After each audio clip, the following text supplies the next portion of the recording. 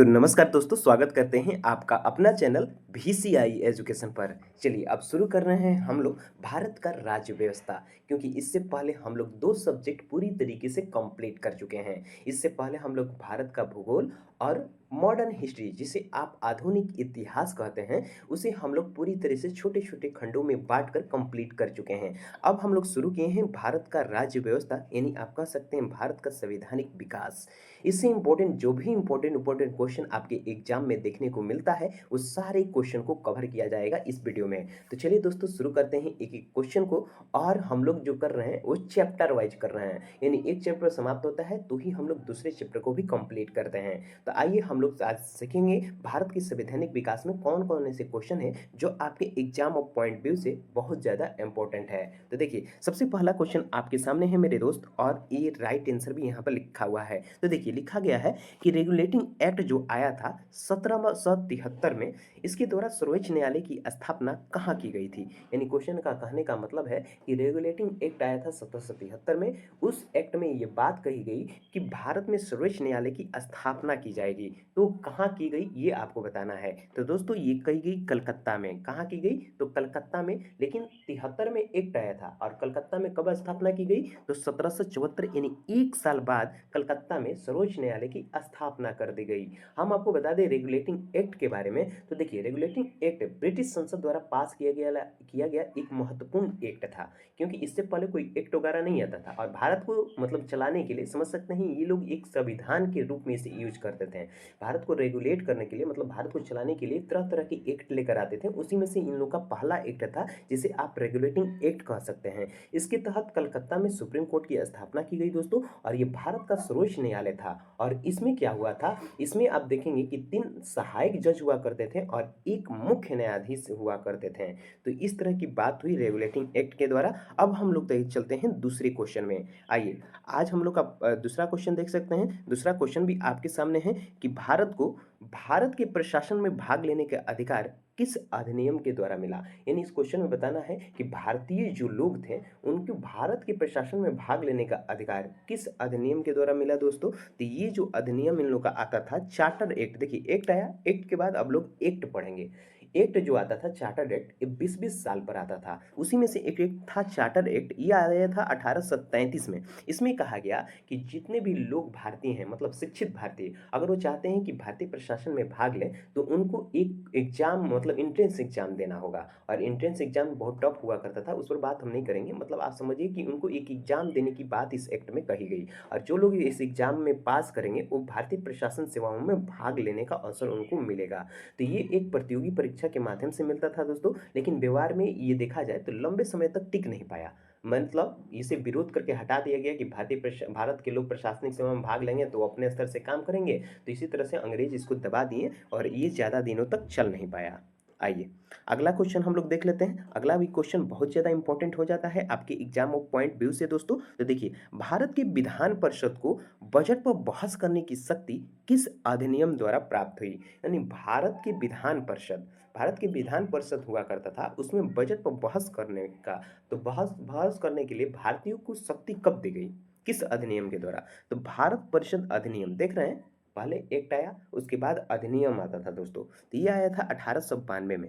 इसी में कही कि भारत के लोग जो हैं वो बजट पर बहस करने की शक्ति उनको दी गई, अधिकार दिया गया कि आप भी बजट पर बहस कर सकते हैं। हम आपको बता दें कि इस अधिनियम ने विधान परिषद के अधिकारों को कुछ वृद्धि की, लेकिन उतना वृद्धि नहीं दोस्तों। देखिए, परिषद में पहली बार बजट पर चर्चा करने का अधिकार तो दिया गया, लेकिन इसे पारित करने या अस्वीकार करने का अधिकार नहीं दिया गया। मतलब इसमें दिया गया कि आप बजट पर बहस कर सकते हैं, लेकिन जो अंग्रेज जिस तरह से चलाएंगे उसी तरह को आपको मानना होगा। आप इसे अस्वीकार स्वीकार नहीं कर सकते हैं। आपको बोला जाएगा स्वीकार कीजिए तो कर सकते हैं। उसके साथ ही परिषद को सार्वजनिक हित से संबंधित प्रश्न पूछने की भी शक्ति दी गई भारतीयों को, लेकिन उस तरीके से नहीं, फ्रीडम नहीं दी गई दोस्तों। तो इस चीज को भी ध्यान रखिएगा। आइए अगला क्वेश्चन देख सकते हैं। अगला क्वेश्चन भी आपके लिए इंपॉर्टेंट हो जाता है। देखिए, केंद्रीय विधानमंडल जिसे आप सर्वप्रथम किस अधिनियम के द्वारा द्विसदनीय बनाया गया। मतलब केंद्रीय विधानमंडल होता था दोनों, वहां पर द्विसदनीय बनाया गया कि यहाँ पर द्विसदन होगा। तो किस अधिनियम के द्वारा। जैसे कि आप देखते हैं कि बिहार सहित कई, मतलब 6 राज्य और भी हैं जहाँ पर द्विसदनीय व्यवस्था है, तो उसी तरह से केंद्र में द्विसदनीय व्यवस्था बनाया गया। तो किस अधिनियम के द्वारा बनाया गया दोस्तों? तो ये 1919 के भारत शासन अधिनियम आता था, उसी के द्वारा द्विसदनीय, जिसे आप बाइकैमरल कहते हैं, ये बनाया गया है केंद्र में। तो हम आपको बता दें कि देखिए, इस अधिनियम को मॉन्टेग्यू चेम्सफोर्ड सुधार भी कहा जाता है दोस्तों, लेकिन इसके तहत केंद्रीय विधानमंडल के 2 सदनों में विभाजित कर दिया गया। एक सदन बनाया गया काउंसिल ऑफ स्टेट और दूसरा बनाया गया लेजिस्लेटिव असेंबली। लेकिन भारत में द्विसदनीय व्यवस्था की शुरुआत यहीं से की गई 1919 के भारत शासन अधिनियम के द्वारा। इस चीज़ को भी ध्यान रखिएगा। और आपको मालूम होना चाहिए कि स्टेट में भी, मतलब राज्य में भी द्विसंधीय व्यवस्था है। और ये भी आपको मालूम होना चाहिए कि भारत के राज्य स्वतंत्र हैं, वो चाहे तो अपने यहाँ द्विसंधीय व्यवस्था लगा सकते हैं, अन्यथा नहीं भी लगा सकते हैं। भारत के बिहार राज्य जो है, वहाँ पर भी मतलब यहाँ पर भी द्विसंधीय व्यवस्था है। और इसके सहित 6 राज्य, मतलब 6 राज्य और हैं जहाँ पर द्विसंधीय व्यवस्था आपको देखने को मिलता है। तो नीचे कमेंट करके बताइए कि वो 6 राज्य कौन कौन से हैं जहाँ पर द्विसंधीय व्यवस्था है दोस्तों। चलिए, अगला क्वेश्चन देख लेते हैं। अगला क्वेश्चन भी आपके लिए इंपॉर्टेंट है। देखिए, भारत के राष्ट्रपति को अध्यादेश निर्गत करने की शक्ति किस अधिनियम से प्रेरित हुआ? यानी आपको मालूम होना चाहिए दोस्तों कि भारत के जो राष्ट्रपति है वो अध्यादेश देता है। तो वो अध्यादेश देने की शक्ति किस अधिनियम में उनको दिया गया है कि आप भी अध्यादेश दे सकते हैं दोस्तों? ऑर्डिनेंस आपको बोलते हैं इसको, अध्यादेश को। तो ये दिया गया भारत शासन अधिनियम 1935 को। और भारत शासन अधिनियम 1935 जो है, इसको लघु संविधान के नाम से भी जाना जाता है। तो ये कब दिया गया? तो ये दिया गया दोस्तों 1935 भारत शासन अधिनियम के द्वारा। हम इसके बारे में बता दें तो देखिए, इस अधिनियम के तहत प्रांतों में तो प्रांतों में देखिए, उस टाइम तो राष्ट्रपति हुआ नहीं करते थे, उस टाइम हुआ करते थे गवर्नर जनरल। तो उन्हें ये शक्ति दी गई कि आप अध्यादेश जारी कर सकते हैं। लेकिन स्वतंत्र भारत में ये प्रावधान किया गया, मतलब अभी के वर्तमान में, कि अनुच्छेद 123 के तहत ये मतलब प्रावधान किया गया कि इसके अनुसार राष्ट्रपति अगर संसद नहीं होता है तो वो भी अध्यादेश जारी कर सकता है। तो इस तरह आपको संवैधानिक विकास में अध्यादेश जारी करने की शक्ति भारत शासन अधिनियम से प्राप्त हुआ, जो 1935 वाला अधिनियम था दोस्तों। और आइए, और देख सकते हैं कि भारत का संवैधानिक विकास कैसे हुआ। उसके अकॉर्डिंग देखिए, सबसे पहले हम आपको बता दें कि भारत का संवैधानिक विकास के तहत भारत जो चलता था, वो सबसे पहले ईस्ट इंडिया कंपनी इसको चलाती थी। लेकिन ईस्ट इंडिया कंपनी जब चला नहीं पाई, तो उसी के हाथों से ले लिया गया ब्रिटिश क्राउन के द्वारा। तो जो ईस्ट इंडिया कंपनी जो भारत को रेगुलेट करती थी, मतलब उसको चलाती थी, तो वो अपने अकॉर्डिंग एक्ट लेकर आती थी। यानी किसी भी देश को चलाने के लिए संविधान जरूरी होता है दोस्तों। तो ये लोग संविधान नहीं बनाते थे, एक्ट के द्वारा भारत को चलाते थे। यानी आप समझ सकते हैं कि वो संविधान का ही काम करता था दोस्तों।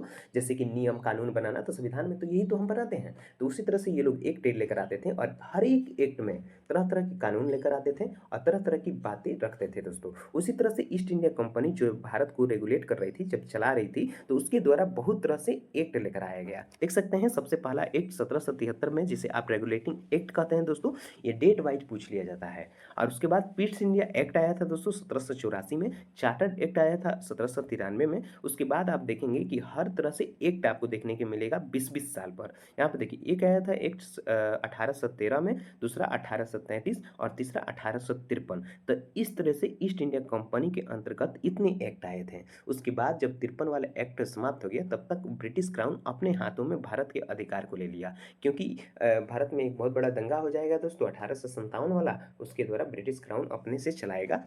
देखिए कब, देख सकते हैं 57 में दंगा होगा, 58 में ब्रिटिश क्राउन वो अपने हाथ में ले लेगा। और भारत शासन अधिनियम 1858 में वो एक लेकर आएगा, और उसके अकॉर्डिंग कुछ बातें कही गई, कुछ भारतीयों को रिलीफ भी दिया गया। उसके बाद आप देखेंगे भारत परिषद अधिनियम आया 61 में दोस्तों। उसके बाद भारत परिषद अधिनियम 92 में आया। उसके बाद 1909 में, 1999 में शासन अधिनियम है दोस्तों। और आप देखेंगे लास्ट में आया 1947 में, जिसे आप भारतीय स्वतंत्रता अधिनियम, ये भारतीय द्वारा चलाया गया अधिनियम था दोस्तों। तो ये अधिनियम लेकर आया गया। आइए, तो ये सारे डेट वाइज याद रखना आपके लिए बहुत महत्वपूर्ण है दोस्तों। इसे पूछ लिया जाएगा कि बताइए पिट्स इंडिया एक्ट कब आया। ऐसे पूछ लिया जाएगा रेगुलेटिंग एक्ट कब आया, रेगुलेटिंग एक्ट में कौन कौन तरह की बातें कही गई। तो ये सारी चीज़ आपको ध्यान रहना चाहिए, किसी भी एग्जाम में पूछा जा सकता है। आइए, अगला क्वेश्चन देख सकते हैं दोस्तों। अगला क्वेश्चन भी इंपॉर्टेंट हो जाता है कि प्रांतों में द्वैध शासन व्यवस्था किस अधिनियम के द्वारा लागू की गई। तो ये लागू जो किया गया, भारत शासन अधिनियम 1919 के द्वारा लागू किया गया। हम आपको बता दें, इस अधिनियम के तहत प्रांतों में द्वैध शासन व्यवस्था लागू की गई। इसमें आप देखेंगे द्वैध शासन के बारे में बात करें तो इसमें प्रांतीय विषय को 2 भागों में बाँटा गया। एक कहा गया कि गवर्नर के अधीन रहेगा और दूसरा जो भाग होगा वो मंत्रिपरिषद के अधीन होगा। गवर्नर के अधीन रहा गया तो उसको बोला गया आरक्षित विषय, और जो मंत्रिपरिषद के अधीन रह गया उसको बोला गया हस्तांतरित विषय। तो ये व्यवस्था 1935 तक चली गई, उसके बाद इसको हटा दिया गया। आइए आइए अगला क्वेश्चन देख लेते हैं दोस्तों। अगला भी आपके लिए उतना ही इंपॉर्टेंट है, हर क्वेश्चन पर आप अपना कमांड बनाइए दोस्तों। देखिए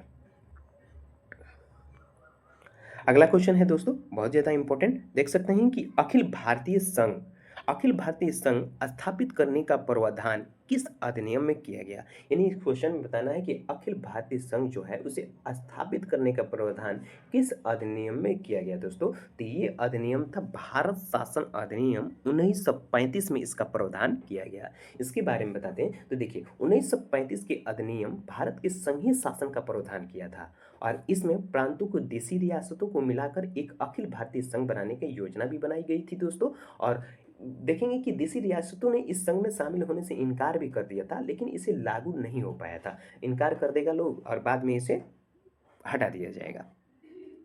आइए अगला क्वेश्चन देख सकते हैं। अगला है कि भारत में संविधान में भारत के ये क्वेश्चन नहीं है दोस्तों, इसी के अकॉर्डिंग कुछ फैक्ट है, ये जानना आपके लिए जरूरी है कि भारत के संविधान में केंद्र और राज्य के मध्य किया गया शक्तियों का विभाजन भारत सरकार अधिनियम 1935 पर आधारित है। मतलब इसी के द्वारा आप देखेंगे कि केंद्र और राज्य में जो शक्ति दी गई वो भारत सरकार अधिनियम, और इसी अधिनियम को लघु संविधान किया गया। इसी में राज्य और केंद्र को 2 शक्तियों में बांट दिया जाएगा कि केंद्र की अलग शक्ति दी जाएगी, और राज्य जो रहेंगे देशी रियासत जो उस टाइम बोलते हैं उनको एक अलग शक्ति से चलाने की बात कही जाएगी भारत शासन अधिनियम 1935 के द्वारा। आइए अगला क्वेश्चन है दोस्तों। अगला क्वेश्चन आप देखेंगे कि एक निर्वाचन संविधान सभा द्वारा भारत के संविधान का निर्माण करने का प्रस्ताव किसके द्वारा पारित किया गया, मतलब दिया गया दोस्तों। तो ये दिया गया क्रिप्स मिशन के द्वारा। और आपको बता दें क्रिप्स मिशन भारत में 1942 में आया था, और उसी टाइम इन्होंने पहली बार ये प्रस्ताव रखा था। और भारत के लोग ये बात कह रहे थे कि युद्ध के बाद वो क्या करेंगे, अपना संविधान बनाएंगे, जो अपने से तैयार होगा उसी संविधान के अकॉर्डिंग हम लोग अपना संविधान बनाएंगे। मतलब ये संवैधानिक विचार पर बात करने के लिए क्रिप्स मिशन भारत में आया था, लेकिन लोग इसे इनकार कर देंगे और कहेंगे कि हम अपना स्वयं का संविधान बनाकर अपने देश को चलाएंगे, भारत जब आज़ाद हो जाएगा तो।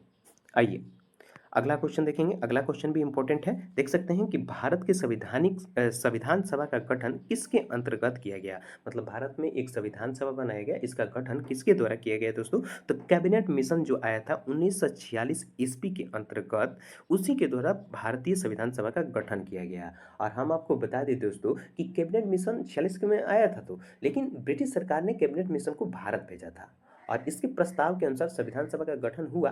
लेकिन इस संविधान सभा ने स्वतंत्र भारत का संविधान भी बनाया था दोस्तों। इस चीज़ को भी ध्यान रखिएगा, स्वतंत्र भारत जो हो गया था उसमें भी इसका बहुत बड़ा रोल था कैबिनेट मिशन का। और इसे भेजा कौन था, तो ब्रिटिशर ने भेजे थे। कब आया था, 1946 में आया था कैबिनेट मिशन। इस चीज़ को भी ध्यान रखिएगा, पूछा जाएगा। और अगला क्वेश्चन देख सकते हैं। अगला क्वेश्चन भी आपके लिए इंपॉर्टेंट। देख सकते हैं कि कैबिनेट मिशन के द्वारा प्रस्तुत योजना के अनुसार संविधान सभा में प्रांतों के प्रतिनिधियों का निर्वाचन किस अनुपात में था। यानी आपको बताना है कि कैबिनेट मिशन द्वारा प्रस्तुत योजना के अनुसार संविधान सभा में प्रांतों में से प्रतिनिधियों का निर्वाचन किस अनुपात में किया गया। यानी साफ साफ कहने का अर्थ है दोस्तों, प्रांतों में जो प्रतिनिधि चुनकर आएंगे वो किस आधार पर आएंगे। तो ये देखिए 10 लाख जनसंख्या पर एक प्रतिनिधि चुनकर जाता था। जैसे कि हम आपको बता दें दोस्तों कि संविधान सभा में कुल सदस्यों की संख्या 389 हुआ करती थी, और इनमें से 292 जो सदस्य चुनकर आए थे विधानसभा से चुने गए थे, निर्वाचित होकर आए थे। और बताया गया था कि 10 लाख की जनसंख्या पर एक सदस्य को चुना जाएगा। इस बात को इस मिशन में रखा गया था। आइए अगला क्वेश्चन देख सकते हैं। अगला क्वेश्चन भी इंपॉर्टेंट है कि भारतीय संविधान का निर्माण करने वाली संविधान सभा के सदस्यों के चुनाव किसके द्वारा किया गया दोस्तों। तो विभिन्न प्रांतों को विधान सभाओं के द्वारा उन प्रतिनिधियों को चुनाव किया गया। बताते कि सदस्यों का चुनाव प्रत्यक्ष रूप से जनता द्वारा नहीं हुआ था, और संविधान सभा के जो प्रांतीय विधानसभा से निर्वाचित सदस्य जो थे उनके द्वारा इनको चुना गया था।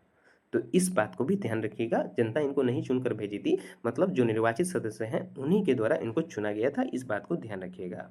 अब देखिए जो अंतरिम सरकार बनी दोस्तों, भारत का अंतरिम सरकार जो लोग चुन कर आए और अंतरिम सरकार बनाए, उसके द्वारा जितने भी लोग थे उनको अलग-अलग कुछ विभाग दी गई और उनकी ज़िम्मेवारी भी दी गई। तो देखिए सबसे पहले जवाहरलाल नेहरू इनको विदेशी मामले में दिया गया और राष्ट्रमंडल जो संबंधित राष्ट्रमंडल के जो संबंधित विचार थे, उस पर भी काम करने का अधिकार किनको दिया गया? तो जवाहरलाल नेहरू। जवाहरलाल नेहरू को भी आप जानते हैं तो याद भी रह सकता है कि ये विदेश बहुत ज़्यादा घूमते थे, इसीलिए इनको विदेश मामले में दिया गया।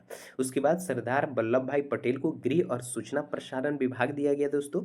राजेंद्र प्रसाद को खाद्य और कृषि दिया गया और जन मथाई जो थे उनको उद्योग और नागरिक आपूर्ति दिया गया। जबकि जीवन राम को श्रम संसाधन विभाग दिया गया और सरदार बलदेव सिंह को रक्षा मंत्रालय दिया गया दोस्तों। और लियाकत अली जो थे वो वित्त मामले में हस्तक्षेप करते थे, इसीलिए उनको वित्त मामला दिया गया। और श्री राजगोपालाचारी शिक्षा एवं कला के क्षेत्र में इनको दिया गया। तो ये 8 सदस्य हैं, बहुत ज़्यादा इंपॉर्टेंट हो जाते हैं, इनको आपको याद करना बेहद ज़रूरी है। आइए अब हम लोग देख लेते हैं दोस्तों अगला क्वेश्चन। देखिए अगला है कि भारत की संविधान सभा की पहली बैठक कब हुई? यानी आपको बताना है कि भारत में जो संविधान सभा बना उसकी पहली बैठक कब हुई, ये आपको बताना है दोस्तों। तो इसकी पहली बैठक आप बताइए कि इसका पहली बैठक कब हुई? तो 9 दिसंबर 1946 को भारतीय संविधान सभा की पहली बैठक कराई गई और इसमें किया गया कि भारतीय संविधान का प्रथम प्रारूप जो फर्स्ट ड्राफ्ट बनकर आया था BN राय द्वारा तैयार किया गया और सबसे पहले यही मांग किए थे संविधान सभा को। तो इस चीज़ को भी ध्यान रखिएगा BN राव को कि इन्होंने फर्स्ट ड्राफ्ट को तैयार किया था। आइए अगला क्वेश्चन देख सकते हैं दोस्तों। अगला क्वेश्चन है कि संविधान सभा का अस्थाई अध्यक्ष मतलब permanent chairman doctor Rajendra Prasad को चुना गया दोस्तों। ये चीज़ें भी आपको ध्यान रखना है कि राजेंद्र प्रसाद को परमानेंट चेयरमैन चुना गया, लेकिन इससे पहले किनको अस्थाई अध्यक्ष चुना गया दोस्तों? तो सच्चिदानंद सिन्हा को चुना गया था। आइए देख सकते हैं अगला क्वेश्चन है कि संविधान सभा को पंडित नेहरू द्वारा उद्देश्य प्रस्ताव कब प्रस्तुत किया गया? तो ये किया गया 13 दिसंबर 1946 को उद्देश्य प्रस्ताव पारित किया गया। तो इस चीज को भी ध्यान रखिएगा, उद्देश्य प्रस्ताव कब प्रस्तुत किया गया? तो 13 दिसंबर 1946 को। आइए अगला देख सकते हैं कि नेहरू द्वारा प्रस्तुत उद्देश्य प्रस्ताव संविधान सभा में कब स्वीकृत हुआ? देखिए 13 दिसंबर 1946 को तो ये पारित किए हैं, लेकिन इसे स्वीकार किया गया 22 जनवरी 1947 को। आइए अगला क्वेश्चन देख सकते हैं कि भारतीय संविधान के निर्माण काल में संविधान सभा के कुल कितने अधिवेशन हुए?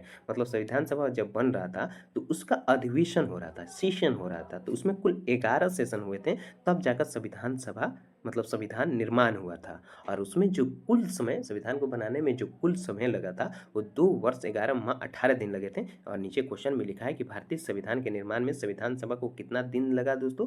तो 2 वर्ष लगा, 11 माह और 18 दिन, तब जाकर हमारा संविधान तैयार हुआ। और ये जानते हैं कि भारत का जो संविधान है वो सबसे बड़ा संविधान है, मतलब पूरे विश्व में इससे बड़ा कोई संविधान नहीं है। आइए अगला क्वेश्चन देख सकते हैं। अगला क्वेश्चन भी इंपॉर्टेंट है कि भारतीय संविधान सभा के संवैधानिक सलाहकार कौन थे? तो BN राव, और इन्होंने ही सबसे पहले संविधान सभा की मांग की गई थी तो दोस्तों, तो ये संवैधानिक सलाहकार इनको बनाया गया था। अगला क्वेश्चन आपके सामने है कि भारत का संविधान सभा के वर्तमान रूप में राष्ट्रीय ध्वज को कब अपनाया गया? संविधान सभा के ने वर्तमान में जो अभी राष्ट्रीय ध्वज देख रहे हैं इसे कब अपनाया गया है? तो 22 जुलाई 1947 को राष्ट्रीय ध्वज को अपना लिया गया है दोस्तों। इस चीज़ को भी ध्यान रखिए, किसके द्वारा? तो संविधान सभा द्वारा।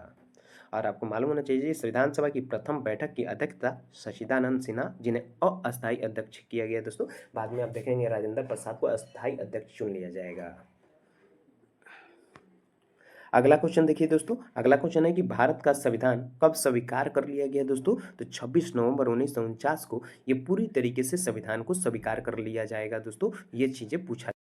अगला क्वेश्चन है दोस्तों कि भारतीय संविधान पूर्णतः कब लागू किया गया? मतलब भारतीय संविधान जो था वो 26 जनवरी 1949 को तो स्वीकार किया गया, लेकिन लागू कब किया गया दोस्तों? तो 26 जनवरी 1950 को इसे लागू कर दिया गया, मैंने नेक्स्ट ईयर में इसे लागू कर दिया जाएगा।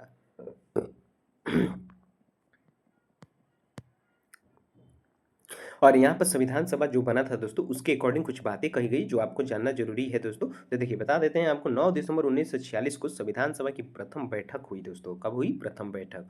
और इसी टाइम डॉक्टर सच्चिदानंद सिन्हा को अस्थायी अध्यक्ष चुना गया। और ये कब चुना गया? 9 दिसंबर को। आप देखेंगे कि 9 दिसंबर को अस्थायी अध्यक्ष इनको चुना जाएगा। लेकिन 2 दिन बाद 11 दिसंबर को डॉक्टर राजेंद्र प्रसाद को अस्थायी अध्यक्ष चुन लिया जाएगा। उसके बाद संविधान निर्माण की प्रक्रिया शुरू कर दी जाएगी और 13 दिसंबर 1946 को पंडित जवाहरलाल नेहरू ने इसे उद्देश्य प्रस्ताव ऑब्जेक्टिव रेवोल्यूशन पास हो जाएगा। उसके बाद क्या किया जाएगा दोस्तों? 22 जनवरी 1947 को इसे सर्वसम्मति से स्वीकार कर लिया जाएगा। कब? 22 जनवरी 1947 को संविधान को सभी लोग सर्वसम्मति से संविधान को अपना लेंगे दोस्तों। उसके बाद 26 नवंबर 1949 को भारतीय संविधान अंगीकृत मतलब अडॉप्ट कर लिया जाएगा दोस्तों। उसके बाद आप देखेंगे कि 26 जनवरी 1950 को इसे पूरे भारत में लागू कर दिया जाएगा।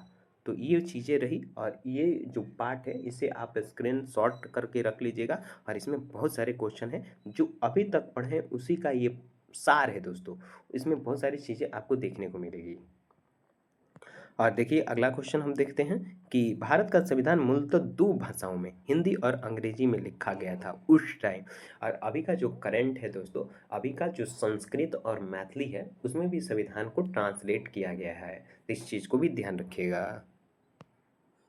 आइए, 26 नवंबर 1949 को भारतीय संविधान किसके द्वारा अधिनियमित किया गया? तो संविधान सभा के द्वारा इसे अधिनियमित कर लिया गया। इस चीज़ को भी ध्यान रखिएगा। और जन गण मन को भारत के राष्ट्र गान के रूप में कब अपनाया गया? तो 24 जनवरी 1950 को जन गण मन जो है इसे अपना लिया गया राष्ट्रीय गान के रूप में। अगला क्वेश्चन देख सकते हैं कि भारत सरकार द्वारा स्तंभ को राष्ट्रीय चिन्ह कब अंगीकृत किया गया दोस्तों? तो 26 जनवरी 1950 को अंगीकृत कर लिया गया। और आपको ये भी जानना जरूरी है कि संविधान सभा के सलाहकार समिति के अध्यक्ष सरदार वल्लभ भाई पटेल थे। ये सलाहकार समिति के अध्यक्ष भी इनको बनाया गया। और संविधान सभा की झंडा समिति के अध्यक्ष डॉक्टर राजेंद्र प्रसाद, खाद्य और कृषि का भी अध्यक्ष इनको बनाया गया। और संविधान सभा में झंडा समिति जो होता था ये इन्हीं के द्वारा लाया गया था दोस्तों। और इनका अध्यक्ष ये झंडा समिति के बने थे। और आज हम लोग अंतिम पड़ाव पर पहुंच चुके हैं दोस्तों। और आज देखिए ये कुछ चीज़ें हैं आपको जानना चाहिए। अभी हम लोग कुछ समिति पढ़ें, मतलब कि इससे पहले हम लोग देखे थे तो एक इसी तरह से ड्रॉप था, उसमें हम लोग देखते हैं थे कि कौन सा विभाग किसको मिला था। लेकिन कुछ समिति बनाई गई थी और उनके जो समिति बना था उनके अध्यक्ष कौन कौन होते थे ये जान लीजिए। तो देखिए सबसे पहला जो बना था समिति उसका नाम था संघ शक्ति समिति। और इसके जो अध्यक्ष थे पंडित जवाहरलाल नेहरू को संघ शक्ति समिति के अध्यक्ष बनाया गया। किसको बनाया गया दोस्तों? पंडित जवाहरलाल नेहरू। किसके अध्यक्ष? तो संघ शक्ति समिति का। और संघीय संविधान समिति के अध्यक्ष किसको बनाया गया? तो पंडित जवाहरलाल नेहरू जो थे इनको संघीय संविधान समिति का अध्यक्ष भी बनाया गया। और प्रांतीय संविधान समिति सरदार वल्लभ भाई पटेल को प्रांतीय संविधान समिति का अध्यक्ष चुना गया दोस्तों। प्रारूप समिति किसको बनाया गया? तो डॉक्टर भीमराव अंबेडकर को प्रारूप समिति का अध्यक्ष चुना गया। मौलिक अधिकार एवं अल्पसंख्यक समिति जिसे आप परामर्श समिति कहते हैं दोस्तों, ये सरदार वल्लभ भाई पटेल को दिया गया। और प्रक्रिया नियम समिति राजेंद्र प्रसाद को किया गया दोस्तों। डॉक्टर राजेंद्र प्रसाद जो थे उनको प्रक्रिया नियम समिति का अध्यक्ष बनाया गया। और राज्य के लिए समिति जवाहरलाल नेहरू जो संघ शक्ति समिति के अध्यक्ष थे उन्हीं को राज्यों के लिए समिति बनाया गया, पंडित जवाहरलाल नेहरू को। संचालन समिति किसको बनाया गया? तो डॉक्टर राजेंद्र प्रसाद को संचालन समिति के अध्यक्ष चुना गया। तो ये सारी समिति थे और उनके अध्यक्ष थे। अब आइए हम लोग कुछ क्वेश्चन देख लेते हैं और उसके बाद इस वीडियो को समाप्त करेंगे। तो देखिए सबसे पहले संविधान सभा के कार्यों से संबंधित समिति के अध्यक्ष कौन थे? संविधान सभा के कार्यों से संबंधित समिति का अध्यक्ष जीवी मालांकर को बनाया गया। और बता दें डॉक्टर बी आर अम्बेडकर को अध्यक्षता में संविधान सभा की प्रारूप समिति 6 अन्य सदस्य थे जिसमें आप देखेंगे एन गोपाल स्वामी अयंगर थे, डॉक्टर के एम मुंशी थे, बी एल मित्रा थे। इसके बाद मतलब ये इनके बाद देखिए बी एल मित्रा ये जो थे ये इनकी डेट हो जाएगी और इनके स्थान पर माधव राव को चुना जाएगा। उसके बाद अलादी कृष्ण अय्यर आ जाएंगे, सैयद मोहम्मद सदुल्ला आ जाएंगे तथा डॉक्टर डी पी खेतानी आ जाएंगे। ये भी हट जाएंगे और इनके बाद आ जाएंगे, इनके स्थान पर जो आएंगे उनको टी टी कृष्णा शमारी जो थे उनको चुन लिया जाएगा। तो ये प्रारूप समिति के अध्यक्ष थे और इसके मेन अध्यक्ष कौन थे? डॉक्टर बी राव अम्बेडकर, मतलब भीमराव अंबेडकर थे। उनके अलावा 6 अन्य सदस्य भी थे जो प्रारूप समिति में काम करते थे। अगला क्वेश्चन देखिए दोस्तों, और हम लोग अब लास्ट पावदान पर आ चुके हैं। देखिए, संविधान सभा ने डॉक्टर बी आर अम्बेडकर की अध्यक्षता में प्रारूप समिति का गठन किए थे और 29 अगस्त 1947 को ये अध्यक्षता किए थे और गठन किए थे। उसके बाद बी आर अम्बेडकर को संविधान सभा में निर्वाचन किस प्रेसिडेंसी से हुआ था? तो बॉम्बे प्रेसिडेंसी से 1947-50 में इनको चुना गया था, लेकिन बंगाल प्रेसिडेंसी से ये चुनाव जाकर जीते थे। जैसे अलग हो जाएगा दोस्तों। तो अभी तक की जो वीडियो थी और अभी हम लोग जो बातें कही थे, आज की वीडियो यहीं तक रहने देते हैं। नेक्स्ट क्लास अगले अगले पार्ट में मिलेगा दोस्तों, और इसके नेक्स्ट चैप्टर में हम लोग अगला वीडियो बनाएंगे। तब तक के लिए धन्यवाद और पढ़ते रहिए। और अभी तक चैनल से नहीं जुड़े हैं तो सब्सक्राइब और लाइक करके जुड़ जाइए। तो चलिए मिलते हैं अगले वीडियो में।